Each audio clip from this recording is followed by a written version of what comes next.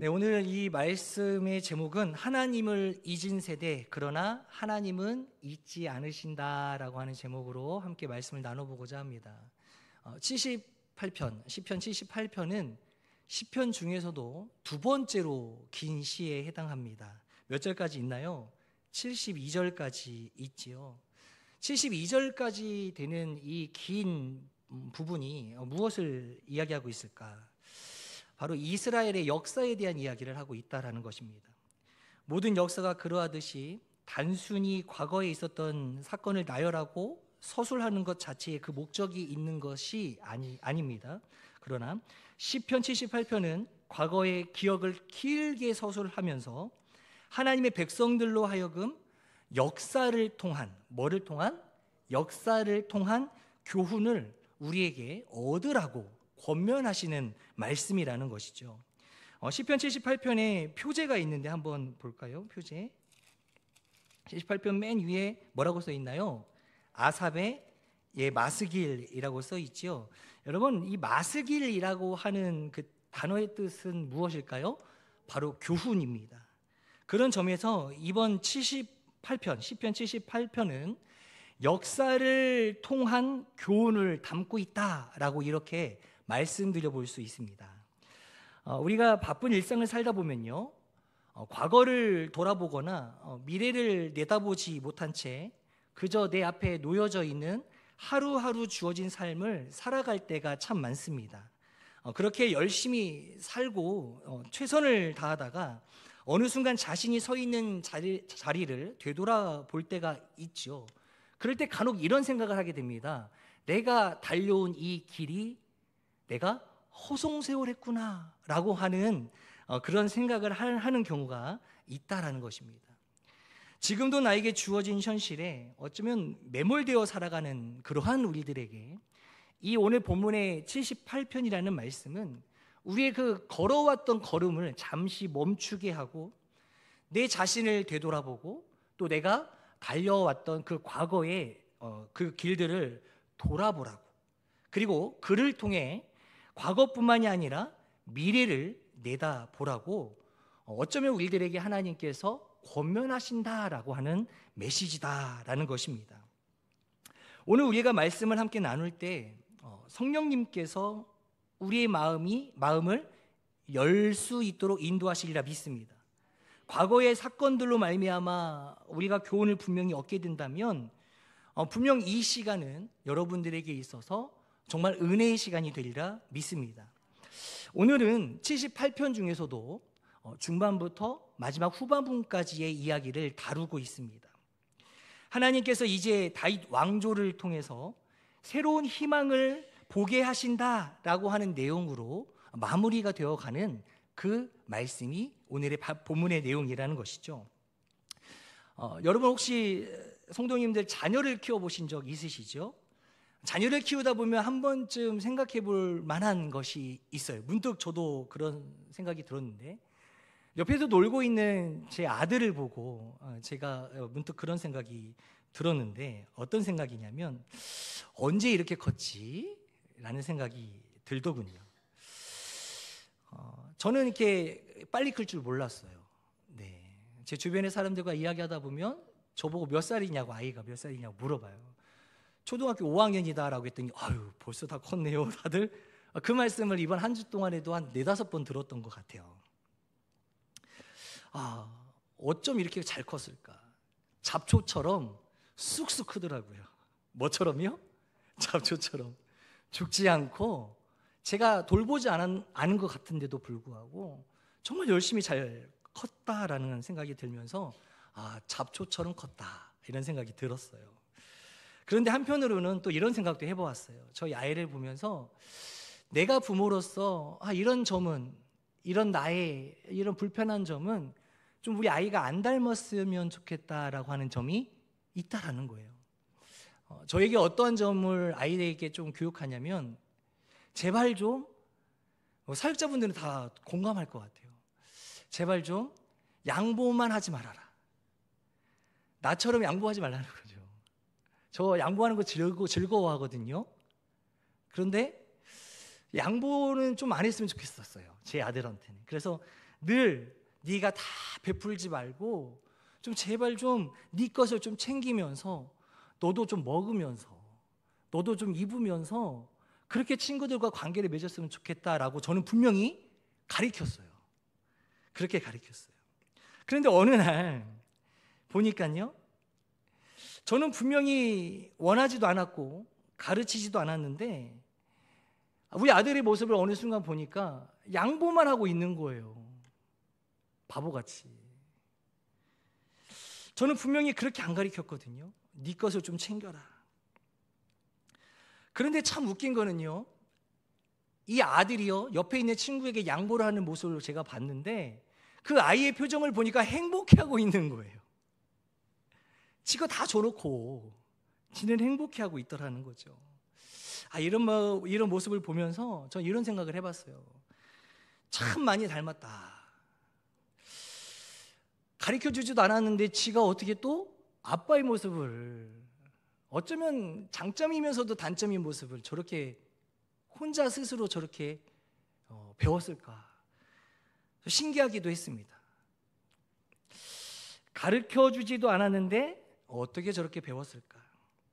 그런데 오늘 본문 말씀에 보니까요, 출애굽 2세대들도 마찬가지였어요.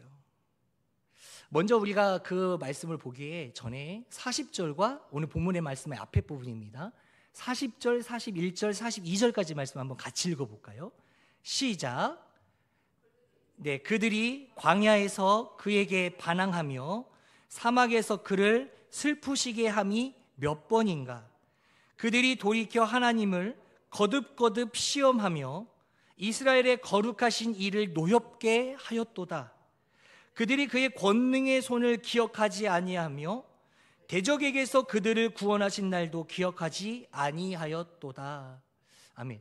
이 말씀의 부분은 어떤 사람들을 가리켜 이야기하는 거냐면, 누가 이렇게 살았습니까? 이스라엘 백성들인데 출애굽한 이후에 그 1세대들을 향한 내용들이었어요. 그런데 오늘 본문의 말씀에 보니까요, 누가 등장하냐면 56절, 57절, 58절입니다. 같이 읽겠습니다. 시작. 그러나 그들은 지존하신 하나님을 시험하고 반항하여 그의 명령을 지키지 아니하며, 자 57절 보니까 뭐라고 해요? 그들의 조상들 같이. 누구를 이야기하는 거예요? 출애굽 1세대들을 이야기하는 거죠. 계속 읽어볼까요? 배반하고 거짓을 행하여 속이는 활같이 빗나가서 58절 자기 산당들로 그의 노여움을 일으키며 그들의 조각한 우상들로 그를 진노하게 하였으매. 아멘. 40절과 42절에서 말씀은 출애굽한 그 즉시의 세대들, 출애굽 1세들을 향한 이야기라면 방금 읽었던 우리 56절, 57절, 58절은 그의 다음 세대인 출애굽 2세대들의 이야기를 이야기하고 있습니다. 근데 여러분이 여기 말씀을 읽어보면 공통점이 존재한다라는 겁니다. 무슨 공통점일까요?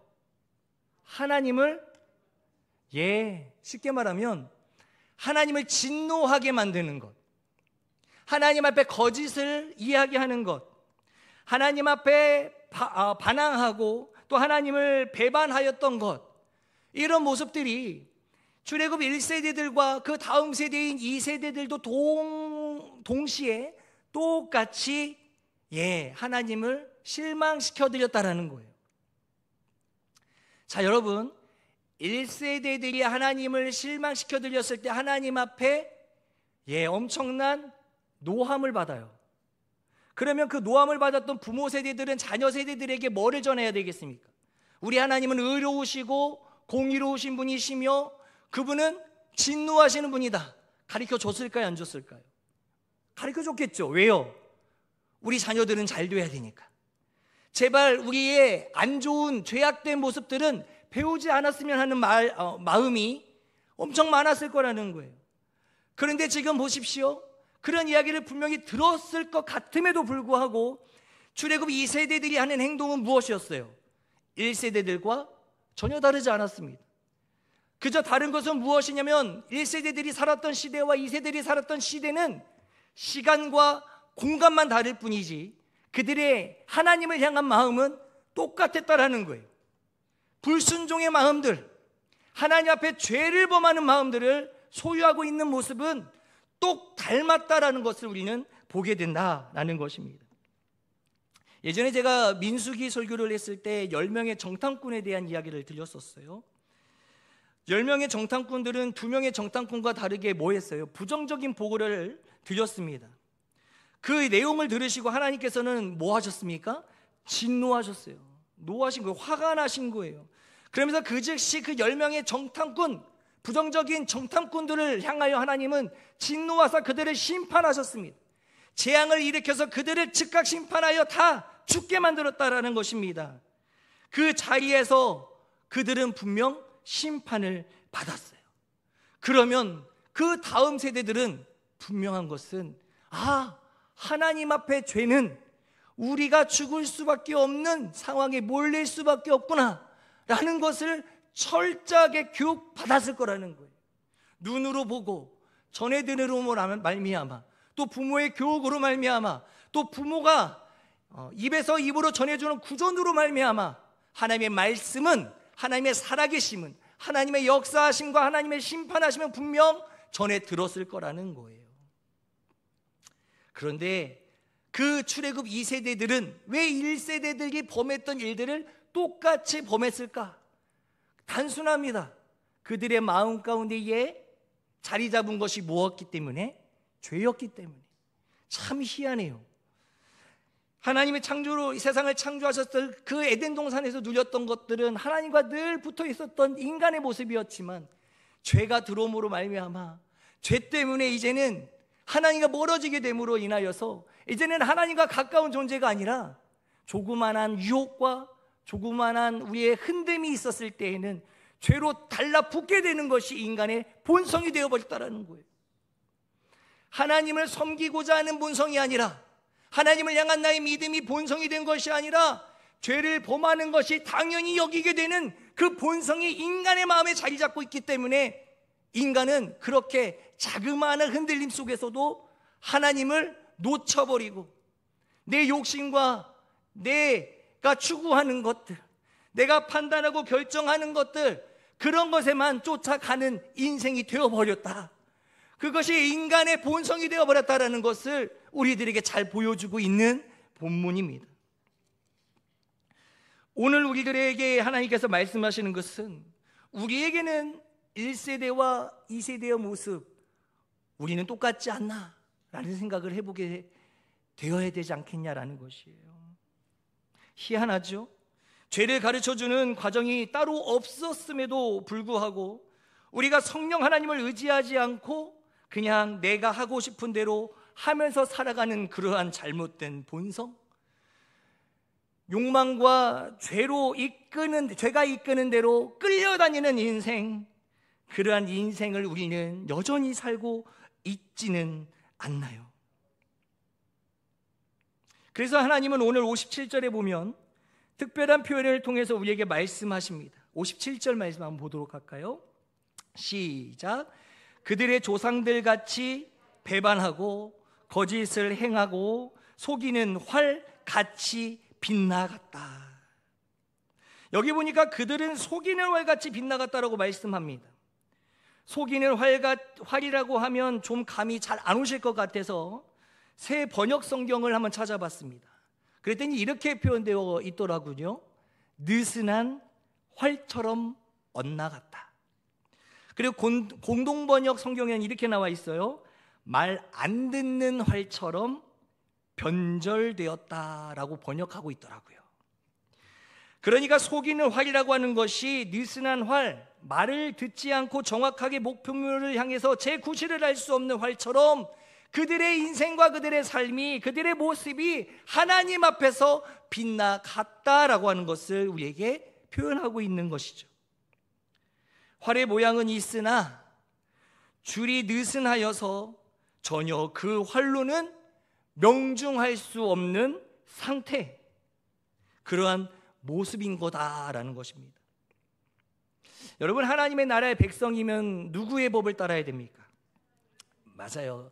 그 하나님의 나라의 법을 따라야 됩니다.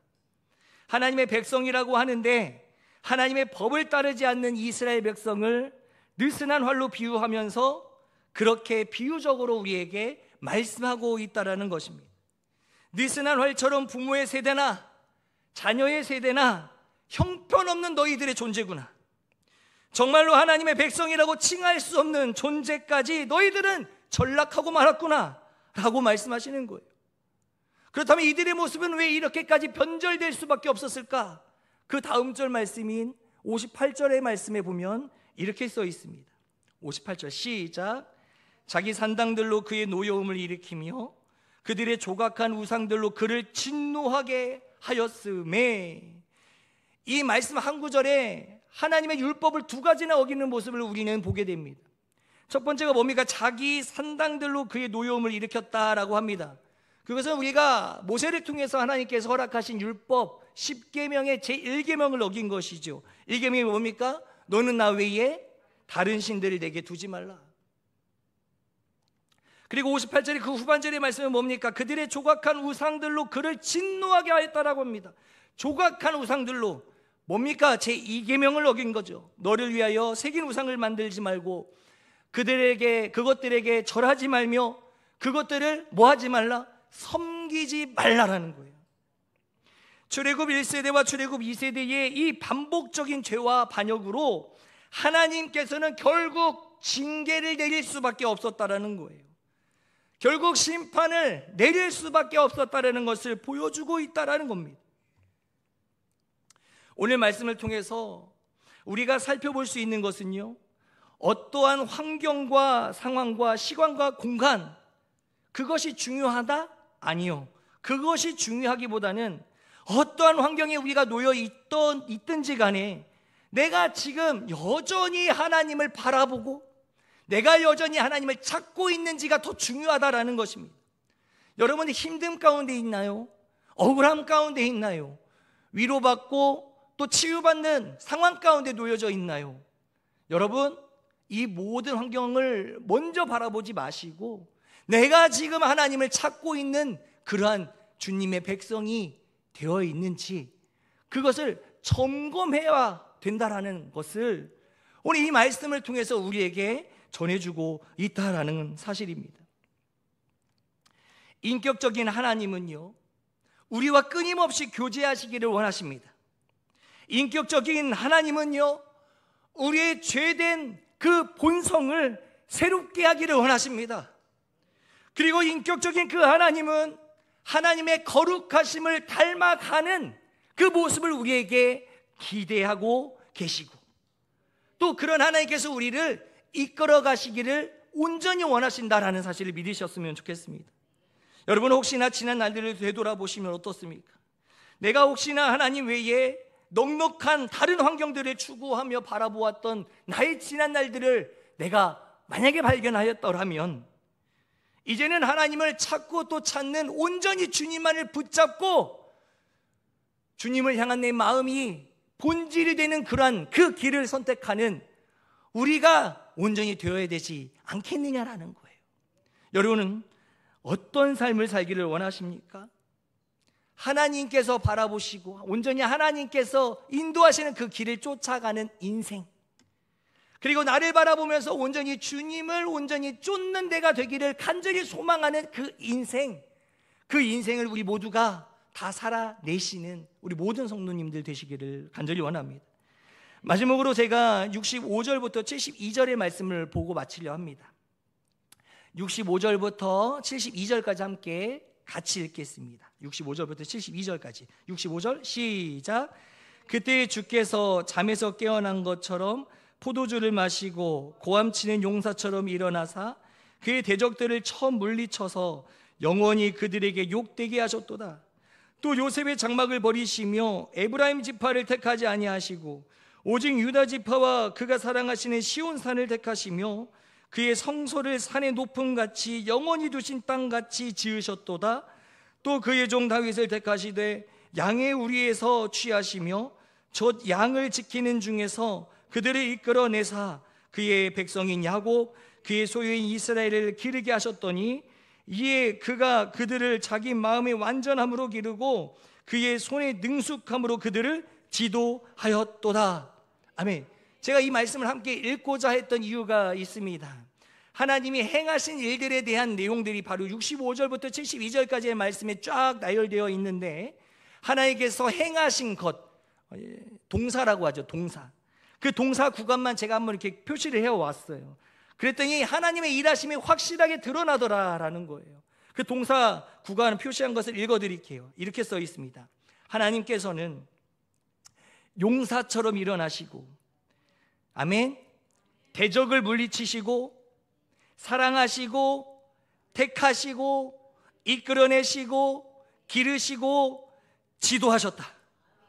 여러분, 이게 하나님이 일하신 행적이고 흔적입니다. 이게 바로 하나님의 역사의 산 증거가 되는 것입니다. 이렇게 하나님은요, 이런 일들을 왜 행하셨을까요?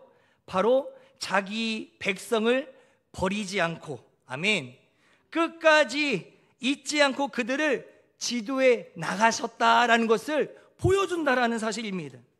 우리가 이 말씀을 잘 읽어볼 필요가 그래서 있다는 것이죠. 하나님이 이스라엘 백성을 단순히 일적인 관계 또는 상하수직적인 그런 서로가 서로를 이용하는 그런 관계로 한다면 하나님은 진작에 이스라엘 백성들을 택하지 않으시고 버리셨을 거예요. 어쩌면 그보다 더 믿음이 있는 더 효율적인 사람을 찾아갔을 것이고 더 효율적인 민족들을 아마 사용하셨을 거예요.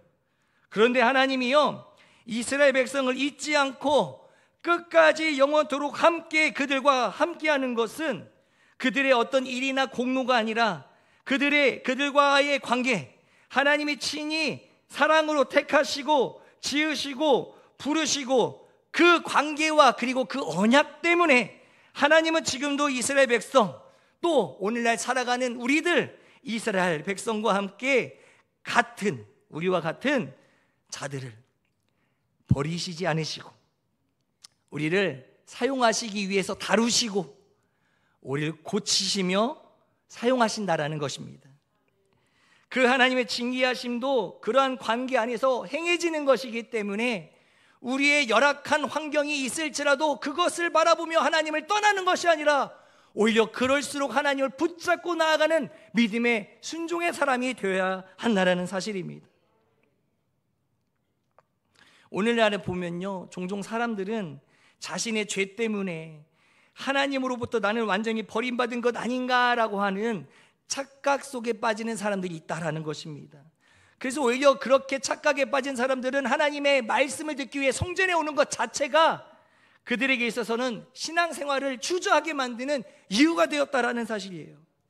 여러분, 꼭 이런 거 아닙니까? 부모에게 큰 잘못을 저질러서 크게 야단을 맞은 한 자녀가 있다고 생각을 해봅시다. 그 자녀들은 이렇게 생각할 거예요. 나는 더 이상 부모님이 나에 대한 기대치가 없을 것 같아. 이제는 버리시는 것 같아. 이제는 나를 더 이상 사랑하지 않을 것 같아 라고 생각할 수 있어요. 하지만 부모의 마음은 그렇습니까? 아니에요. 자식을 절대 버리지 않아요. 자식을 오히려 고치고 또 좋은 길로 인도해서 좋은 자녀로서 세움을 입을 수 있도록 돕는 것이 부모의 역할입니다. 우리의 하나님의 마음도 이와 똑같습니다. 아니요, 오히려 하나님의 마음은 우리의 부모들보다 더 뜻깊은 사랑으로, 가득하고 풍성한 사랑으로, 넘치는 사랑으로 우리에게 초점이 맞춰져 있음을 기억하셨으면 좋겠습니다. 이사야 49장 15절 16절 말씀을 읽고 마치도록 하겠습니다. 이사야 49장 15, 16절 시작. 여인이 어찌 그 젖먹는 자식을 잊겠으며 자기 태에서 난 아들을 긍휼히 여기지 않겠느냐. 그들은 혹시 잊을지라도 나는 너를 잊지 아니할 것이라. 내가 너를 내 손바닥에 새겼고 너의 성벽이 항상 내 앞에 있나니. 아멘. 하나님께서는 이스라엘 백성에게 또 하나님이 택한 백성들에게 이렇게 말씀하고 있는 것입니다. 여러분, 이스라엘 백성을 하나님께서 출애굽시키신 이유가 무엇입니까? 그저 젖과 꿀이 흐르는 가나안 땅에 들어가서 너네들 풍족하게 잘 살 수 있도록 내가 인도할 거야 라고 하는 단순한 그러한 약속이었습니까? 아니었어요. 젖과 꿀이 흐르는 땅에서 너희들 평생 편안하게 누리면서 살으라고 하나님께서 그들을 출애굽시킨 이유가 아니었다라는 사실이에요. 그러나 많은 사람들은 오해하고 있어요. 하나님, 나를 적과 꿀이 흐르는 가나안 땅에 입성시켜서 나를 풍족하게 누리게끔 하신다 말씀하셨던 건 아닙니까? 나를 어떻게 이렇게 힘들게 놔두실 수 있으십니까? 그러나 하나님의 출애굽을 그들을 해서 구원의 목적에 이루신 하나의 목적은 그들이 단순하게 먹고 잘 살게 하시기 위한 목적이 아니었고, 하나님의 말씀에 보면 이렇게 써 있어요. 나는 너희의 하나님이 되려고 너희를 애굽 땅에서 인도해 내었다. 분명히 성경에선 그렇게 이야기하고 있다는 것입니다.